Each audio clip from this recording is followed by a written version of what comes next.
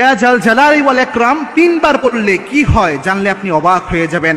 ইয়া জাল জালালি ওয়াল ইকরাম এই শব্দটা যদি আপনি তিনবার পড়তে পারেন, এটার যে ফজিলত রয়েছে এটা জানলে নিজেই অবাক হয়ে যাবেন, যেটা রাসূল সাল্লাল্লাহু আলাইহি ওয়াসাল্লামের হাদিসের মাধ্যমে জানা যায়। দেখেন আল্লাহর হাবিব সাল্লাল্লাহু আলাইহি ওয়াসাল্লাম তার জীবদ্দশায় যে আমলগুলো করতেন, যে জিনিসগুলো জানিয়েছেন, যে ইনস্ট্রাকশনগুলো দিয়ে দিয়েছেন, এই সবগুলোর মধ্যে বারাকা রয়েছে। এই সবগুলো উম্মতের জন্য শিক্ষা। রাসূল সাল্লাল্লাহু আলাইহি ওয়াসাল্লাম একদা বসা ছিলেন মসজিদে নববীতে, আল্লাহর হাবিব সাল্লাল্লাহু আলাইহি ওয়াসাল্লাম বসে রয়েছেন। এক লোক এসে বিশ্বনবীর পাশে দোয়া করছিলেন, হে আল্লাহ আমাকে এটা দেন, আমাকে এই নিয়ামত দান করেন, এই নিয়ামত আমাকে দিয়ে দেন, এই রিজিক আমার বৃদ্ধি করে দেন, এইভাবে দোয়া করছিলেন। আল্লাহর হাবিব সাল্লাল্লাহু আলাইহি ওয়াসাল্লামের এই হাদিসটি ইবনে আব্বাস রাদিয়াল্লাহু তাআলা আনহু, সম্ভবত আনাস রাদিয়াল্লাহু তাআলা আনহু তিনি বর্ণনা করেছেন। আনাস রাদিয়াল্লাহু তাআলা আনহুকে বিশ্বনবী বললেন, আনাস এই লোক যে এখানে বসে দোয়া করছে, আল্লাহ আমাকে এই নিয়ামত দেন, এই রিজিক দেন, এই জিনিস দান করেন, এই ব্যক্তির দোয়া আল্লাহ খালি হাতে ফেরত দেবে না। কারণ এই ব্যক্তি যখন দোয়া করেছে, এই ব্যক্তি ইসমে আজম দিয়ে দোয়া করেছে, তিনটি শব্দ এই ব্যক্তি পড়েছে। এক নাম্বার পড়েছেন ইয়া হাইয়ুন ইয়া কাইয়ুম, এর পরে পড়েছেন ইয়া জাল জালালি ওয়াল ইকরাম।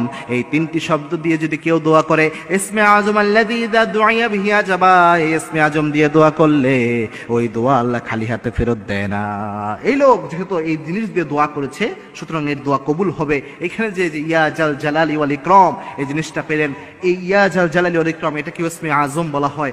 এটা যদি আপনি যখন তাহাজ্জুদের নামাজ রাতের বেলায় উঠবেন, আল্লাহর কাছে যখন দোয়া করবেন, আল্লাহর কাছে যখন চাইবেন, তখন যদি বারবার এটা পড়তে পারেন, ইয়া হাইয়ুন ইয়া কাইয়ুম ইয়া জাল জালালি ওয়াল ইকরাম মিনিমাম 3 বার পড়তে পারেন, আল্লাহ রাব্বুল আলামিন দোয়া কবুল হওয়ার ক্ষেত্রে আল্লাহ রাব্বুল আলামিন অনেক সহজ করবেন এবং আল্লাহ রাব্বুল আলামিন আপনার দোয়াকে অ্যাকসেপ্ট করে নেবেন। মনে রাখবেন, দোয়া অ্যাকসেপ্ট করার মালিক একমাত্র আল্লাহ রাব্বুল আলামিন। এবং এই দোয়া যদি আপনি বিশ্বনবীর তরিকা অনুযায়ী করতে পারেন, সিনসিয়ারলি করতে পারেন, এই সিনসিয়ার দোয়া লাইকে মিসাইল হামলা করলে যেমন মিস হয় না, দোয়ার মতো দোয়া করতে পারলে, বিশ্বনবীর পদ্ধতি অনুযায়ী দোয়া করলে সেই দোয়া আল্লাহ রাব্বুল আলামিন খালি হাতে ফেরত দেয় না। সুতরাং যখনই দোয়া করবেন এই শব্দটা ইয়া হাইয়ুন ইয়া কাইয়ুম ইয়া জাল জালালি ওয়াল ইকরাম এটা যোগ করে দোয়া করবেন এবং 3 বার আল্লাহ রাব্বুল আলামিনের কাছে বারবার আবেগ আপ্লুত হয়ে এই দোয়াটা করবেন। তাহাজ্জুদের সিজদায় যে যদি দোয়া করতে চান, তখনও সুবহানা রাব্বিয়াল আ'লা কয়েকবার বলার পর আপনি এটা পড়তে পারেন, ইয়া হাইয়ুন ইয়া কাইয়ুম ইয়া জাল জালালি ওয়াল ইকরাম। মুনাজাতে হাত তুলে আল্লাহর কাছে দোয়া করতে চান,